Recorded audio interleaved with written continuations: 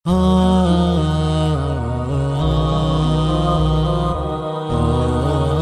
صاحب کے پاس میں گیا، کہنے لگے مولانا تمہیں معلوم ہے کیا مصیبت آنے والی ہے؟ میں نے کہا کیا ہوا؟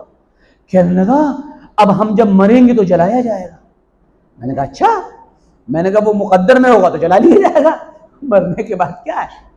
کہنے تمہیں معلوم نہیں ہے اب جلا دیا جائے گا، یہ ہوگا۔ میں نے کہا اچھا؟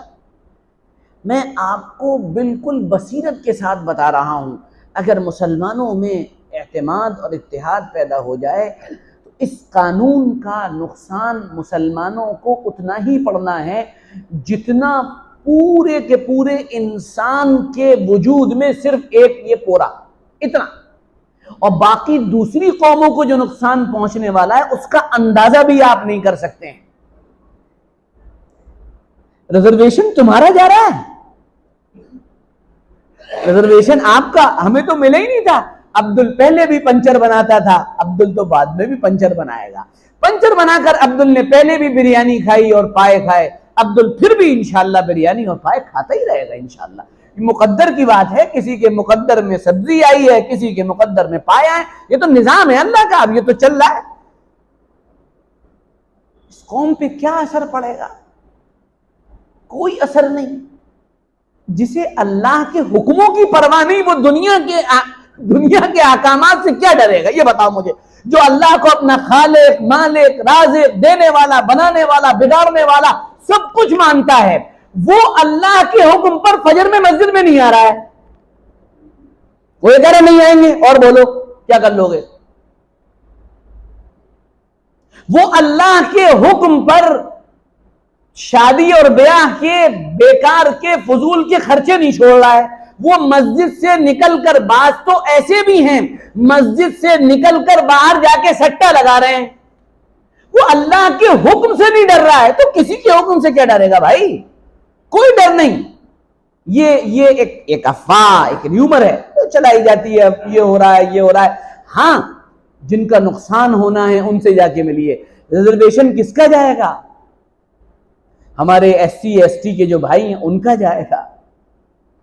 بڑی بڑی جو ٹرائبل جو آبادیاں ہیں جن کی زمینیں بنا پرمیشن کے خریدی نہیں جا سکتی اور جن کے نیچے بڑے بڑے خزانے اللہ نے چھپا کر رکھے ہیں، وہ جو خزانے ہیں زمین تو ان کی لیکن کوئی خرید نہیں سکتا، ڈی ایم پرمیشن نہیں دیتا۔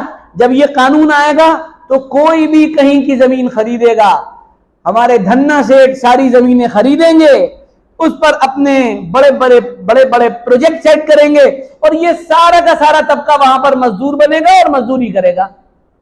آپ کا کیا گیا؟ آپ کا کیا گیا؟ ہاں یہ بات الگ ہے، عورت عدت نہیں گزارے گی، عورت عدت نہیں گزارے گی، ابے تو عدت چوراہے پہ گزارتی ہے، گھر میں گزارتی ہے۔ عدت کہاں گزاری جاتی؟ چوراہے پہ، اس والے چوک میں ساری جتنے لوگوں کے شوہر مر گئے عورتوں کے وہ سب یہاں جمع ہیں، عورتیں کیا ہو گئے؟ عدت گزار رہے ہیں۔ عدت تو پردے کا کام ہے، وہ پردے میں بیٹھ کے گزار رہی ہے کہ صاحب اس کے بعد جو ہے وہ دوسرا نکاح نہیں ہو سکتا۔ کر کون رہا ہے؟ کر کس مائی کے لال میں ہمت ہے جو کر رہا ہے پورے مجمع میں ہے کوئی مائی کا لال کا شیر؟ سوچ بھی نہیں پاتا، سوچ بھی پہلے ختم ہو گئی ہے۔ کہاں دوسرا نکاح، کہاں تیسرا نکاح، کہاں چوتھا نکاح؟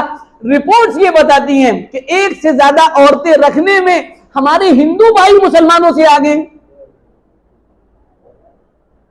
بیرسٹر اسد الدین اویسی صاحب نے اپنے ایک انٹرویو میں کہا تھا کہ ایک مرتبہ میں ایک جگہ ایئرپورٹ پر ایک ایم پی صاحب سے میری ملاقات ہوئی، میں نے کہا اور صاحب بخیر ہے؟ ٹھیک۔ بھابھی پہلے لمبی تھی چھوٹی کیسے ہو گئی ہے؟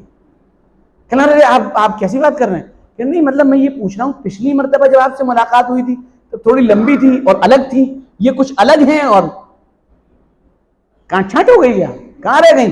کہنا رہے آپ کیسے کمال کی بات کرتے ہیں؟ آپ جائیے حالات بگڑ جائیں گے بھائی، کیا کر رہے ہیں جذبات سب، جائیے کام کریے۔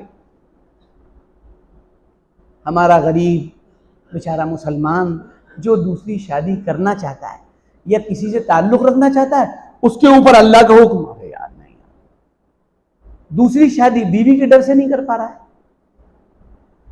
کسی کے ساتھ ناجائز تعلقات اللہ کے ڈر سے نہیں رکھ پا رہا ہے، تو یہ تو پھنسا ہوا ہے ویسے ہی، پہلے کون دوسری شادیاں کر رہا ہے؟